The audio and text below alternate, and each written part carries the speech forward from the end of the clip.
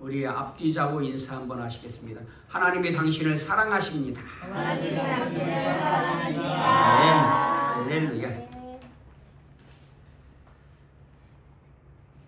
광복 80주년이 됐답니다. 80년. 그 뭐 전문가들이 그런 얘기를 하더라고요. 그런 36년의 강점기에서 완전히 벗어나려면요, 그런 어떤 습성에서 벗어나려면 100년이 지나야 된답니다. 100년. 근데 이제 80년이니까 한 20년. 근데 그거 벗어나기도 전에 이제 벌써 이건 뭐 아예 다 잊어버렸잖아요. 잊어버렸어. 그래서 몇 년 전인가 어떤 뉴스인가를 보니까 젊은이들이 유교가 뭔지, 8.15 광복절이 뭔지, 3.1운동이 뭔지를 잘 모른다고 그러더라고요. 우리 교회 청년들 보면 모르는 사람 없는 것 같은데, 설문을 조사했더니 그게 뭔지 잘 모른다고 그러더래요. 아이들에게 이렇게 조사를 했더니 3.1절이 뭔지, 유교 기념일이 뭔지, 8.15 광복절이 뭔지 그런 걸 잘 모른다고 하더라는 거예요. 대부분의 경우에 있어서. 그런데 우리가 그런 거 모르면 안 되잖아요. 흔한 말로 그렇게 말하잖아요.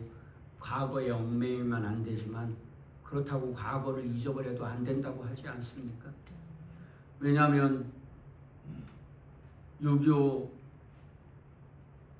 전쟁 기념일이라고 하기도 좀 그런데 전쟁일을 잊어버리면요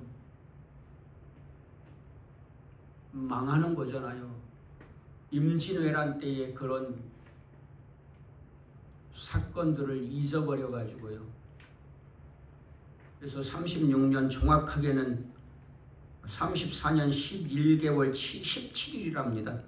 일제강점기가 1910년 8월 29일 한일 병합으로 이루어졌고 1945년 8월 15일에 광복까지 횟수로는 16년, 그러니까 1910년에서 1945년까지 횟수로는 36년, 연수로는 35년, 1년 단위로 잘라서 35년, 정확하게는 약 34년 11개월 17일이랍니다.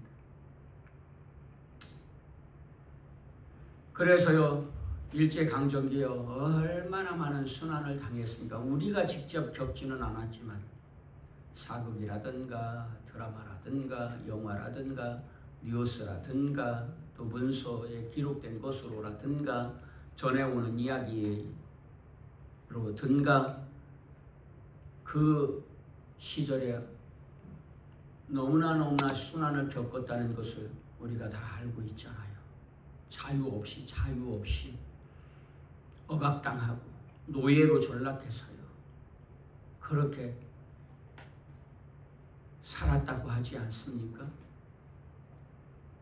그래서요, 자유를 한마디로 말하면 나라를 찾는 것도 나라를 찾는 거지만 한마디로 말하면 자유를 찾기 위해서 운동을 했잖아요. 독립운동, 그죠? 3.1 만세운동.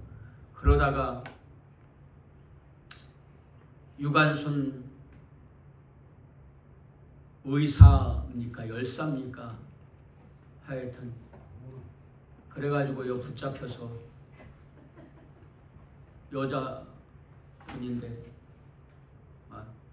유방을 도려내는 고문을 당하고 그랬다고 하잖아요. 그때에 우리 독립선언문을 작성한 사람들 중에 과반수 이상이 그리스도인이었잖아요. 왜냐하면요, 그리스도인은요 자유 없는 삶을 죽기보다 싫어해요. 그래서 그렇게 운동을 하고요. 특별히 그 중에 주기철 목사님 같은 분은요, 이제 설교를, 나라를 위한 설교를 하다가 일본 순사들한테 그런 설교하지 말라고 붙잡혀가는데, 내가 사람의 말을 듣는 것보다 하나님 말씀을 듣는 것이 옳다는 성경의 말씀대로 끝까지 굴하지 않고 복음 전하다가요 순교 당했잖아요. 그래서 마지막으로 붙잡혀갈 때는 일사각오라는 그런 설교를 하면서 나라 사랑에 대한 그런 정신을 심어주고, 그 정신이 어디에서 오는지 예수 그리스도 안에서, 복음 안에서 오는 것을 가르쳐 주다가 순교를 당하시고요. 그죠? 또 조만식 장로님 같은 경우에는 총살 당하면서도요 불복하지 않았잖아요. 어떤 분은요 다 6.25 때 피난 갔는데 이제 교회 안에서요 교회를 불태울 때 거기서 다 그냥 다 죽었다고 하잖아요. 저기 제암리에는요 그런 것도 있잖아요. 성도들을 다 모아놓고요 교회 안에다가 문 바깥에서 걸어 잠그고 불 질러가지고 한 사람도 나오지 않고, 도망 나오는 사람은 또 일본 순사들이 총 쏴서 죽이고 그래가지고 다 죽였다고 하잖아요. 이런 일을 우리가 겪었잖아요. 근데 이거 잊어버리면 안 되잖아요. 잊어버리면. 그래서 기념일을 정해놓은 거잖아요.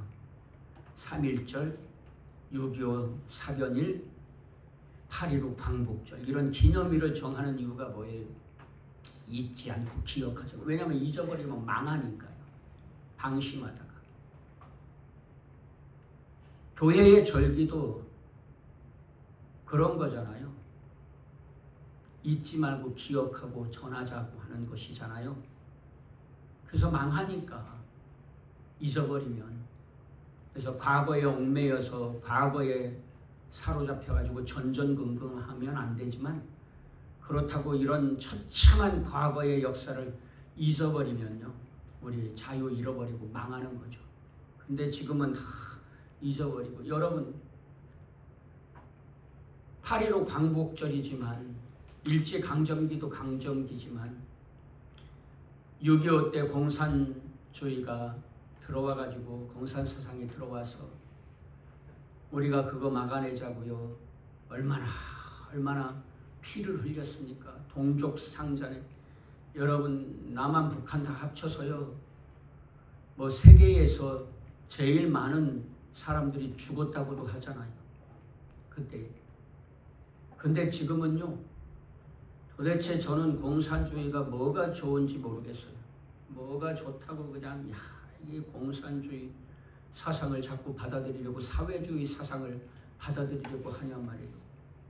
여러분 옛날에 군사 독재 시절에 민주화 투쟁하다 죽은 사람들이 얼마나 많이 있습니까?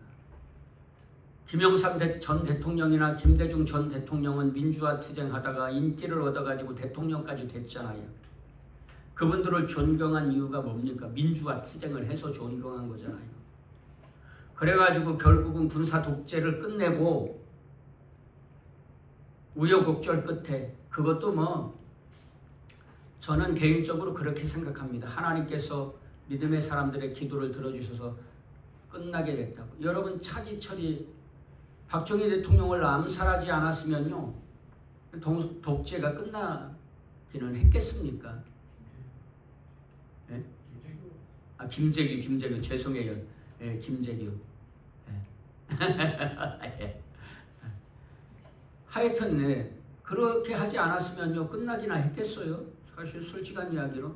그 박정희 독재가 끝나니까, 저는 사실 박정희 전 대통령이 좋은 일 많이 했지만 그래도 존경까지 하는 것은 좀 그렇지 않나 생각해요. 인기가 제일 높대요 우리나라에서 대통령 중에. 그런데 여러분 독재를 생각하면 그럴 수는 없잖아요. 사실은요. 독재가 뭐가 좋은 겁니까? 인간의 속성이 이렇게 참 어리석다니까요. 자기를 억압하고 수탈한 건 까맣게 잊어버리고요. 그게 좋대요. 전두환 전 대통령이 정권을 이어받아가지고 말이에요. 광주 학살을 이루고 결국은 민주화 투쟁으로 물러나게 돼서 민주정부가 세워졌잖아요. 그런데 이제 와서 다시 무슨 독재국가를 만들려고 하면 되겠어요? 공산주의, 사회주의, 독재국가? 자유가 없잖아요. 공산주의, 사회주의는. 여러분, 지금 북한에 자유가 있다고 생각하는 사람 누가 있습니까? 아무도 없잖아요. 그런데도 왜 좋다고 뭐 주사파니 무슨 뭐 이런, 이게 웃기는 거 아닙니까? 사실 광복절 80주년이잖아요. 광복절이 무슨 날입니까? 자유를 잃어버린 사람들이 나라가 자유를 찾자고 운동해서 결국 자유를 찾게 된, 그것도 뭐 저는 하나님의 섭리 안에 있었던 것이라고 믿지만요. 그래서 자유를 누리게 됐습니다. 그런데 이제 그 자유를 또 빼앗아 가는데도 가만히 있으면 안 되잖아요. 우리가 자유를 잃어버리면요, 그런 개 돼지보다도 못한 삶을 살아야 하는데, 저 옛날 왕정시대에 하류민들이라고 하는 사람들, 양반이 아닌 귀족이 아닌 천민들, 하류민이라고 하는 사람들의 삶에 자유가 있었습니까? 얼마나 비참했습니까? 역사 드라마 같은 거, 사극 같은 거 보면 알 수 있잖아요. 뭐 아내도 남편이고 아내분 하여튼 뭐 딸이든 다 빼앗기잖아요. 토지까지 뭐 재산 다 빼앗기잖아요. 권력 있는 사람들에게. 그리고 정말 개 돼지처럼 일만 죽도록 하다가 맞아 죽기도 하고 말이에요. 병들어 죽기도 하고 그러지 않습니까? 일제강점기도 마찬가지 아니었습니까? 그래서 자유를 찾자고 운동을 해서 찾은 날이죠. 자유가 뭡니까? 자유는 한마디로 그냥 뭐 마음대로 할 수 있는, 내 마음대로 할 수 있는 그런 것을 말하는데, 다만 여러분, 우리가 자유를 바르게 사용해야 되겠죠. 자유도 바르게 사용하지 않으면요, 인간을 해치는 도구가 되는 것이잖아요. 우리의 자유를 해치는 것들이 무엇이 있겠습니까? 보니까 무관심과 방관이 우리의 자유를 해친다고 합니다. 무관심과 방관. 사회 문제나 정치에 무관심하고 부당한 일에 침묵하는 것은 결국 우리 자신의 자유를 잃게 만드는 것이라는 것입니다. 사회 문제나 정치에 무관심하고 부당한 일에 침묵하는 것. 예전에 어떤 영화가 있었는데요. 어떤 아버지의, 택시기사를 하는 아버지의 딸이 대로변에서 어떤 남자에게 두드려 맞아서 죽었어요. 그런데 그렇게 대로변에서 두드려 맞아서 죽어가고 있는데 아무도 경찰에 신고하거나 말리려고 하는 사람조차도 없고 오히려 그것을 수수방관하고 구경만 하고 있었어요. 그래서 이 아버지가 마음에 미움과 증오가 생기고 원한이 생겼어요. 그래서 그 뉴스에 나왔는데, 사진이 다 나왔는데, 그 주변에 사진이 나왔는데, 그 주변에 그 사진을 보면서 그 주변에 있던 사람들을 찾아다니면서 연쇄살인을 하게 돼요. 나중에 잡혀서 보니까 그런 일이 있었던 거예요. 그래서 이 아버지가 그 지켜보고 있던 그런 사람들을 너무나 미움이 생겨가지고 자기 딸이 죽어가는데도 수수방관하고 이렇게 하고 죽어가도록 놔두어서 너무나 억울해서 그 사람들 주변에 가까이에 있던 그런 사람들을 다 찾아가면서 연쇄살인을 한 거예요. 그런데 우리가 그런 일에, 부당한 일에, 사회 문제나 정치에 무관심하고 부당한 일에 침묵하고 방관하잖아요. 그럼 결국 우리가 그런 일 당할 때 아무도 우리를 위해서 나서주지 않는다니까요. 누가 나서주겠습니까? 나도 그래, 안 그랬는데. 우리의 자유를 해치는 것들은 뭐가 있습니까? 혐오와 편견이 있답니다. 혐오와 편견.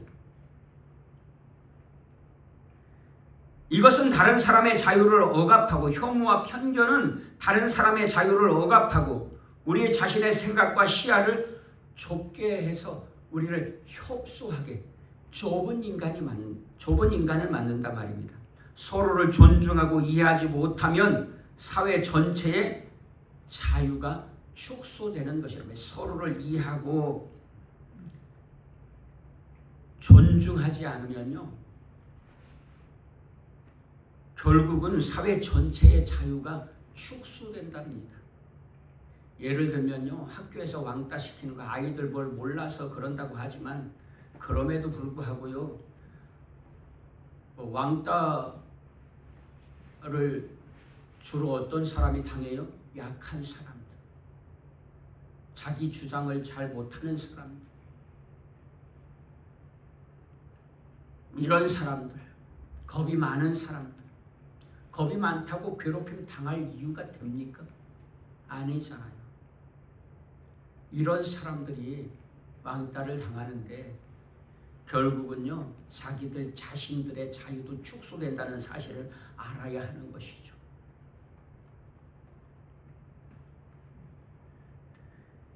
혐오가 뭡니까? 특정 대상, 사람이나 집단이나 사상 등에 대해 극심한 거부감과 증오심을 느끼는 감정을 혐오라고 합니다.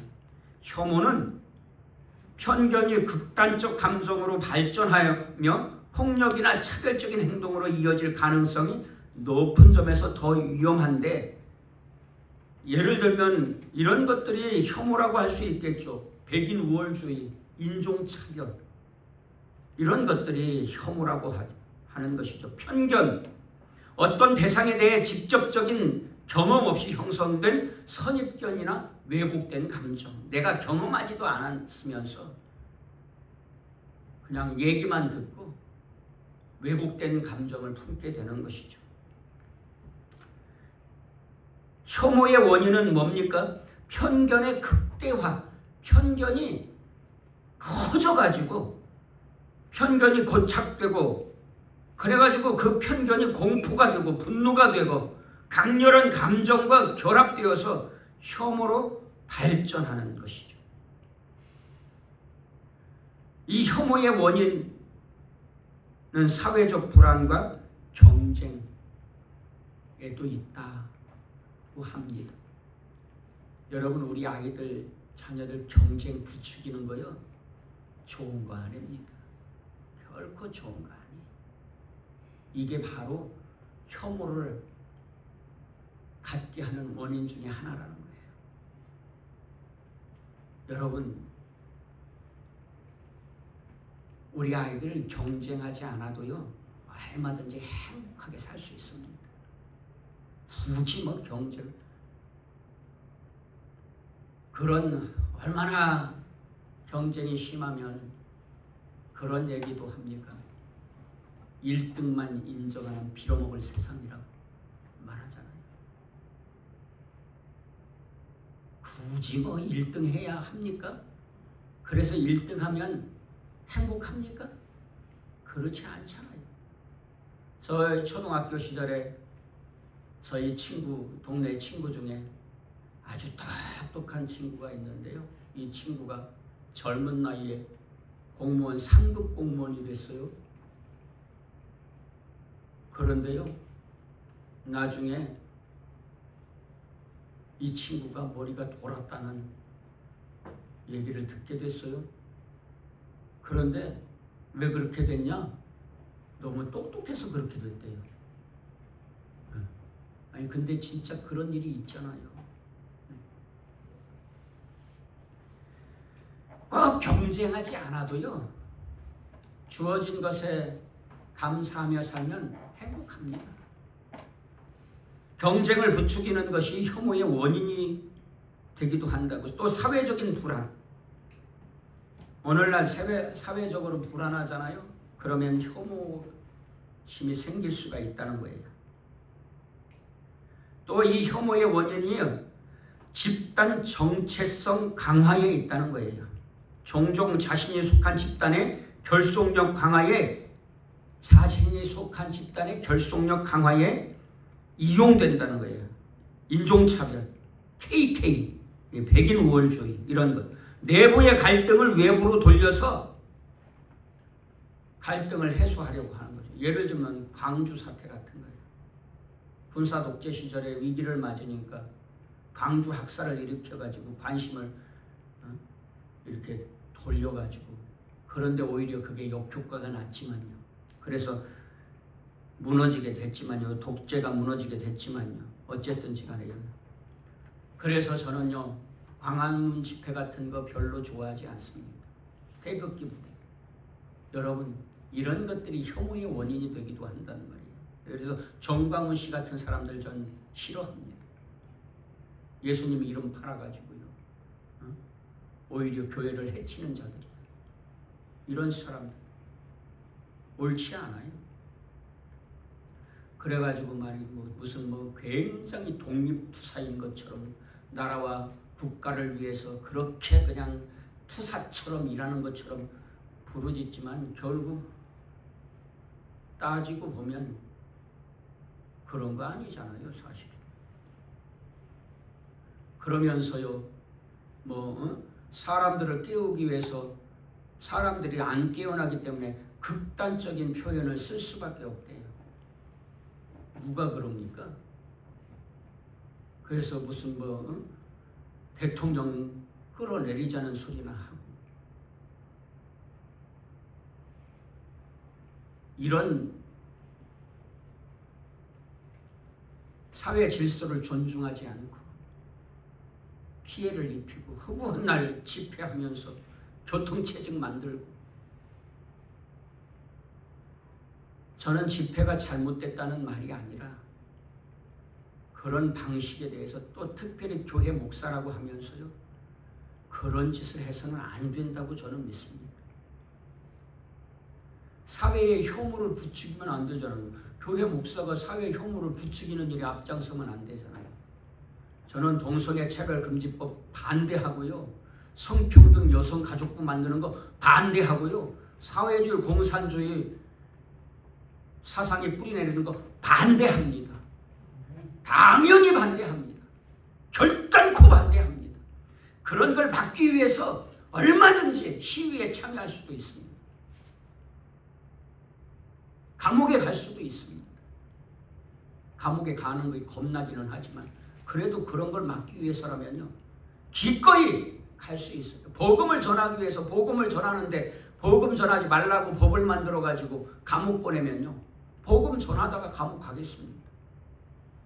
그러나 그런 것들이 지나쳐서 정치운동이 되고 다른 사람을 혐오하게 만들면 안 되는 거잖아요. 이건 자유를 결국은 해치는 거니까요. 미디어와 인터넷이 혐오의 원인이 되기도 합니다. 인터넷 커뮤니티나 SNS 등은, 카톡 이런 것들은 혐오 발언이 빠르게 확산되고 재생산되는 통로가 됩니다. 익명성에 기반한 온라인 환경은 혐오 표현의 심리적 장벽을 낮추게 돼서요, 결국은요, 이런 댓글 같은 것, 악플 같은 것들이요, 사람을 죽게 만들기도 하잖아요. 혐오가 생겨가지고 사실이 아닌데도 막 인터넷에 퍼지면 사실처럼 막. 그래서 여러분 유튜브 같은 거, SNS 같은 거 보실 때에 조심해서 보셔야 합니다. 균형 잡힌 시각으로 봐야 돼요.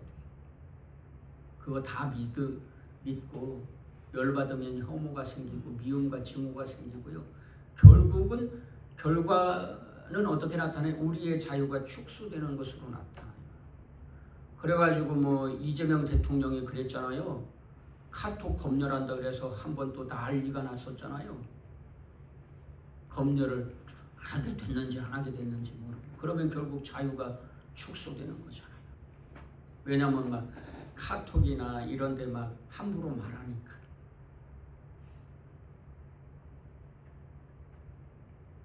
혐오의 영향력이 뭡니까? 혐오의 영향력은요, 차별과 폭력을 가져옵니다. 인종차별, 성차별, 장애인 차별.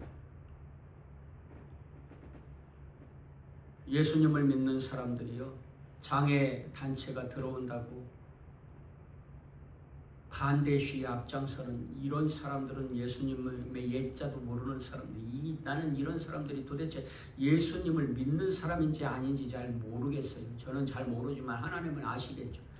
이렇게 뭐 장애인이라고 자기와 다르다고, 집값 떨어진다고 장애인 시설 못 들어. 여러분 예수님을 믿는 사람이라면 오히려 장애인 시설 더 받아들여야 되는 거 아니에요? 왜냐하면 약한 사람을 돕는 것이 그리스도인들이니까요. 예수님은 어떤 분입니까? 낮고 낮은 분으로 오셔서 저같이 천한 사람을 위해서 십자가에 죽으신 주님이잖아요. 그게 사랑이잖아요.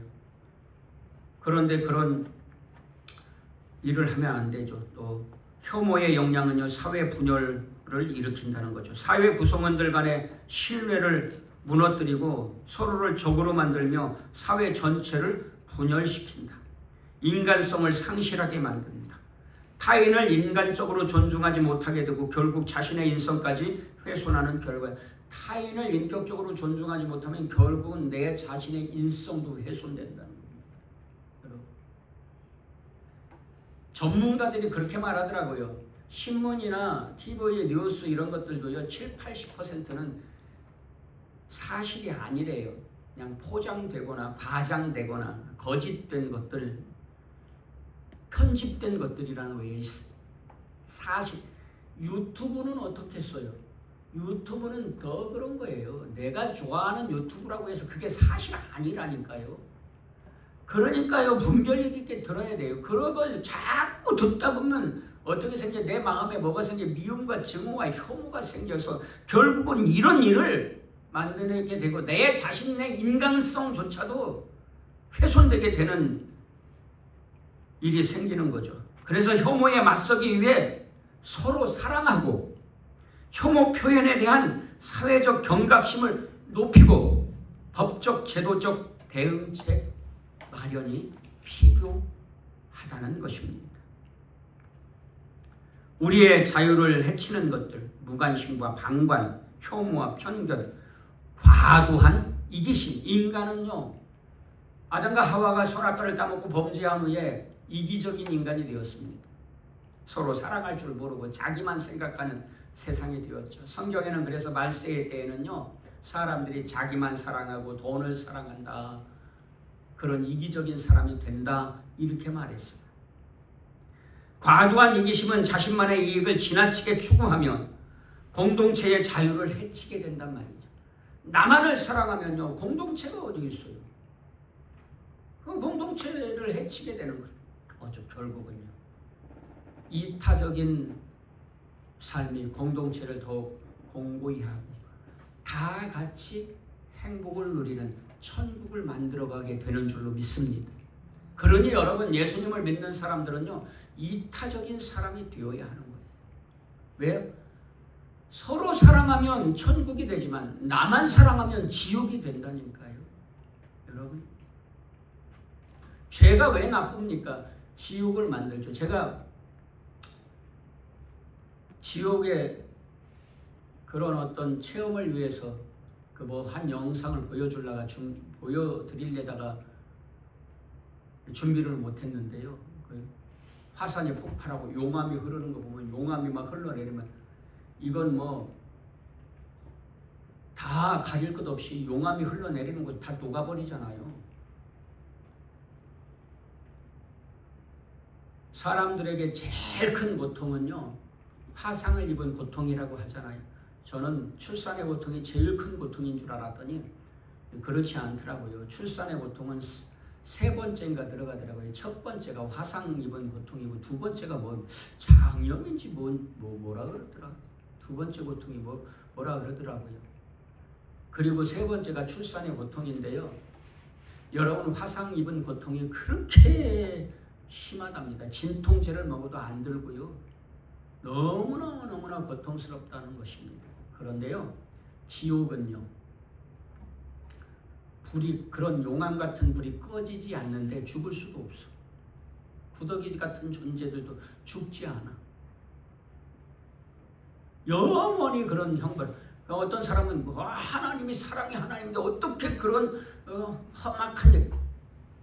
여러분, 이걸 아셔야 돼요. 지옥이 있지만 천국도 있어요. 하나님은요, 왜 지옥에 대해서 말씀하고 계세요? 무서움을 알으라고요. 사람들이 무서움을 모르면 잘못을 바로잡을 생각을 안 한다니까요. 때로는 무서워야 바로잡아. 무서워야. 우리 자녀들 다 양육해 보시지만 자녀들도 그렇잖아요. 어릴 때에 무섭지 않으면 잘못을 바로잡지 않아요. 그래서 회초리도 들고 혼내기도 하는 거잖아요. 그러면 그 잘못을 시정하고 바로잡아. 왜 바로잡아줘야 돼요? 그렇게 쭉 가면 인간 같지 않은 사람이 되고, 그러면 결국 스스로가 불행해지는 거예요. 그러니까 행복하게 살게 하려면 바로 잡아줘야 돼요. 그런데 지옥이 그런 지옥. 그런데 하나님은 그러니까 지옥 가지 말라고 지옥에 대해서 말씀해주고 계신 거예요. 사실은요. 아멘. 지옥 말고 뭐가 있어요? 천국이 있어요. 천국은 지옥의 반대예요. 지옥은 너무 고통스럽지만 천국은 너무 행복한 곳이야. 여러분, 모두 다 예수님 믿고 죄를 용서받고 천국의 행복을 누리시기를 주 예수님의 이름으로 축원합니다. 여러분, 지옥이 왜 나빠요? 안 좋아요? 불행하니까요. 고통스러우니까요. 오늘 우리가 예수님을 믿고 죄를 짓지 말아야 하는 이유가 뭡니까? 행복하게 살려면 그래야 합니다. 왜냐하면 죄를 짓고 살면요, 우리의 삶도, 이 세상에서의 삶도 결코 행복해질 수 없어요. 불행해질 수밖에 없어요. 지옥을 겪을 수밖에 없어요. 지옥은 어디에서 온 겁니까? 죄 때문에 온 거예요. 죄 때문에. 고통은 무엇 때문에 생긴 거예요? 죄 때문에 생긴 거잖아요. 죄 때문에. 이런 혐오니 뭐니 편견이니 과도한 이기심이니 다 어디에서 비롯된 거예요? 죄로 인해 비롯된 거잖아요. 죄로 인해. 그래서 이 죄를 지으면요, 불행해지고 지옥을 겪게 되는 것이죠. 그래서 죄 짓지 말라고 하는 겁니다. 그래서 죄 짓지 말라고 하는 거예요. 죄를 지으면 안 돼요. 그래도 우리가 약해서 죄를 지을 수 있어요. 일부러는 아니지만 어떻게 살다 보니까 실수하고 잘못도 하고, 그럴 때에 주님은 그것도 용서해 주시려고 회개하면 된다고 하세요. 아멘. 그러니 여러분, 날마다 회개하는 자들 되시기를 주 예수님의 이름으로 축원합니다. 그래야만 우리가 행복하게 살 수 있는 것입니다. 천국을 누리게 되는 것이죠. 그러면 그렇게 하지 않으면요, 지옥의 삶을 살게 되는 것이죠. 공동체의 자유를 해칠 뿐만 아니라 과도한 이기심은 모두가 자신만의 이익만 쫓으면 사회는 혼란에 빠지고 결국 누구도 자유를 누릴 수 없게 되는 것이죠. 이런 것들이 우리의 자유를 해치는 것들입니다. 무관심과 판관, 혐오와 편견, 과도한 이기심. 그런데 여러분, 내가 자유를 바르게 사용하려면, 자유가 뭡니까? 마음대로 하는 거예요. 자기 마음대로 하고 싶은 대로 하는 게 자유잖아요. 그런데 하고 싶다고 다, 예를 들면 성폭행도 괜찮고, 아동폭력도 괜찮고, 강도살인도 괜찮고, 그런 건 아니잖아요. 그것도 자유이지만 그런 자유는 제한된 자유잖아요. 허락되지 않는 자유인 것이잖아요. 그런 걸 하면 안 되잖아요. 왜냐하면 남을 해치는 거니까. 자유는 남을 해치는 일을 해서는 안 되는 것이죠. 그런 범위 안에서 자유를 누려야 하는 것이죠. 그래서 자유를 바르게 사용하려면 먼저 자신 안에 바른 가치관, 세계관이 있어야 하죠. 옳은 판단을 할 수 있는, 옳고 그름을 구별할 수 있는 지혜와 분별력이 있어야 하고, 좌로나 우로나 치우치지 않는 균형 잡힌 삶을 살아야 하는 것이죠. 그런데 그 좌로나 우로나 치우치지 않는 것은 이것도 아니고 저것도 아니란 말이 아니라, 성경에서 좌로나 우로나 치우치지 않는다는 말은 진리의 말씀은 하나님 말씀 안에서 살아야 한다, 이런 말입니다. 하나님 말씀 안에서 살아야 돼요. 왜냐하면 하나님은 진리이시고 하나님의 말씀은 진리의 말씀이에요. 진리는요, 오류가 없는, 변하지 않는 그런 옳은 말씀이니까 성경을 읽어보시기 바랍니다. 꼭 읽어보세요. 여러분, 그리스도인이라면 1년에 한 번 성경 읽는 것 필요하지 않겠어요? 둘째, 하다못해 평생에 한 번은 읽어야 할 것 아닙니까? 평생을 가도 한 번도 못 읽고 그리스도인이라고 할 수 있나요? 그러면요, 누가 뭐라고 하면 현혹되고 미혹되기 쉽상이란 말이죠. 성경을 읽어보시기 바랍니다. 성경에 잘못된 말이 있으면 말씀해 보세요. 만약에 성경 내용 중에 우리를 해치는 것, 잘못된 내용이 있다면 그건 성경 아닙니다. 이미 성경 아니에요. 그래서 어떤 분은 이렇게 말해요. 신학 체계와 신학 체계와 주석서에 의존해야 할 때, 이 주석이 뭐냐면 성경을 해석해 놓은 책, 성경을 쉽게 풀이해 놓은 책이란 말이죠. 성경이 어려우니까 아주 기도를 많이 하고 성경도 많이 읽고 공부도 많이 하고 정말 영성이 뛰어난 분들이 기도하는 가운데 하나님의 뜻을 발견해서 성경을 풀어서 써놨단 말이에요. 그런데 이런 주석서도 어떤 사람이 봐야 하냐면요, 이렇게 참된 목회 찰스 브르지스 황영철 역이라는 책에서 이렇게 말해요. 성경의 정신과 정서에 대한 충분한 통찰을 얻어 주석서의 저자들이 무한 표준에 부합하는가 그렇지 않은가에 대해 어느 정도 판단을 내릴 수 있게 된 후에 주석서를 보는 것이다. 그러니까 성경의 정신과 정서에 대한 충분한 통찰을 얻은 후에, 그러니까 이 말을 쉽게 말하면 이런 거예요.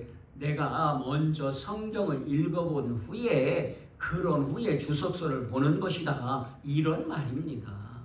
이런 말입니다. 여러분,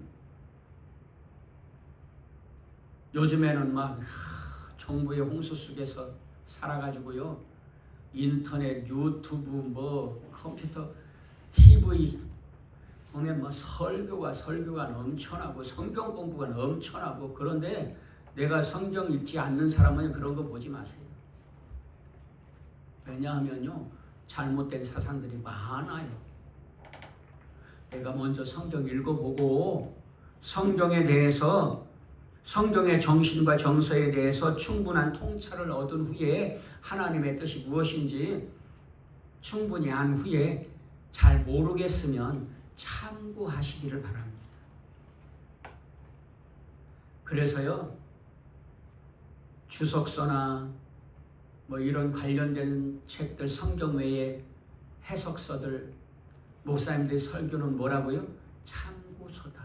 교과서는 뭐라고요? 성경 말씀이다. 아멘? 교과서 없는 해답책이 어디가 있어요? 교과서가 있어야 해답책도 있는 거지. 내가 성경도 안 읽는데 그냥 무조건 설교 좋다. 어떤 분이 우리 교회 나왔는데요, 한 몇 개월 다니시더니 어느 날 정광훈 씨 설교가 좋다고 거기를 가야 되겠대. 제가 얼마나 속이 터지고 답답했는지 아세요? 말도 못하고. 그런 걸 왜 갑니까? 그런 데를. 가더라도 좀 좋은 데를 가든가.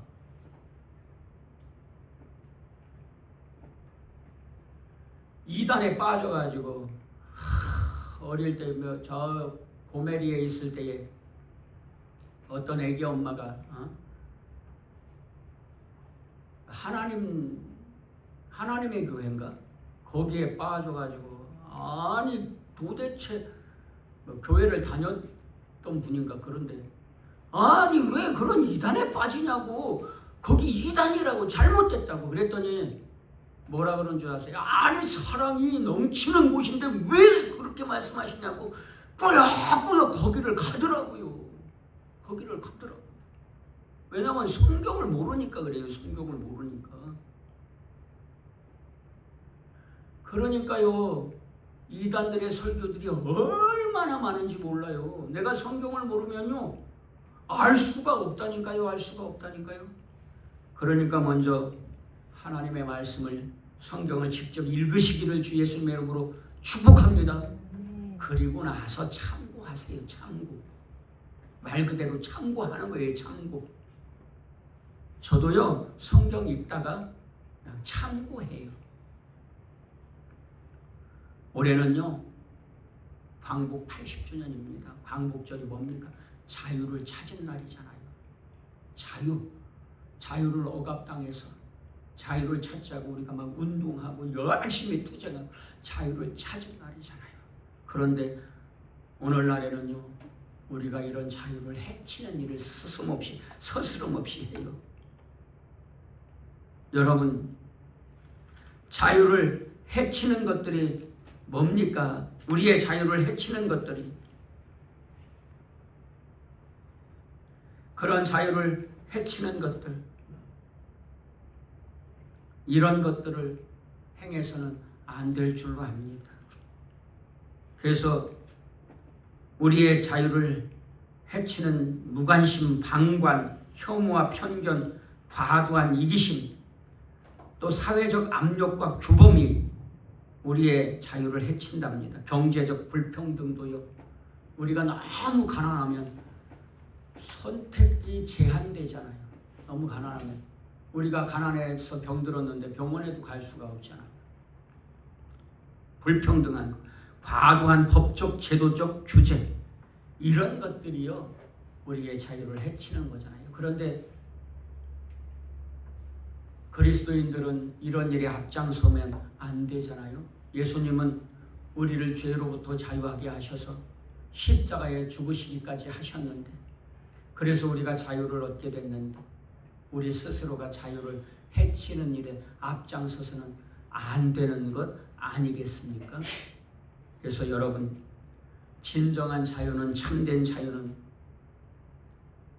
예수 그리스도로부터 오는 것인 줄로 믿습니다. 왜냐하면 이런 모든 자유를 해치는 것들의 결과는 뭐냐면요. 그 근본적인 원인은 뭐냐면요. 죄잖아요. 죄. 그래서 예수님은 오셔서 죄를 용서해 주셔서 사탄의 억압에서 우리로 하여금 참된 자유를 누리게 해 주신 줄로 믿습니다. 그런 자유를 잃어버리지 않도록 말씀 안에서 지혜롭고 분별력 있게 균형 잡힌 성도로 말씀 중심으로 말씀 안에서 하나님께서 말씀하시는 하나님의 말씀이 1189장 장수로고요. 번수로 66권이 엄청나잖아요. 그 말씀이 다 하나님의 말씀이잖아요. 그런데 늘 말씀드리지만 아주 간단 명료하게 예수님께서 말씀해 주셨잖아요. 하나님 사랑하고 너희가 서로 사랑해라. 이것이 계명이다. 말씀해 주셨잖아요. 여러분 성경이 뭐 잘못된 얘기가 있으면 말씀해 주세요. 그런 성경은요 믿을 수가 없는 것이죠. 그래서 성경 안에서 지혜롭고 분별력 있게 좌로나 우로나 치우치지 말고 말씀 안에서 진리 가운데에서 옳은 판단, 옳은 분별력으로 자유를 해치는 자들이 아니라 자유를 정말 발전시킬 수 있는 그런 그리스도인들로 살아가시기를 주 예수 그리스도의 이름으로 간절히 축원합니다. 기도하시겠습니다.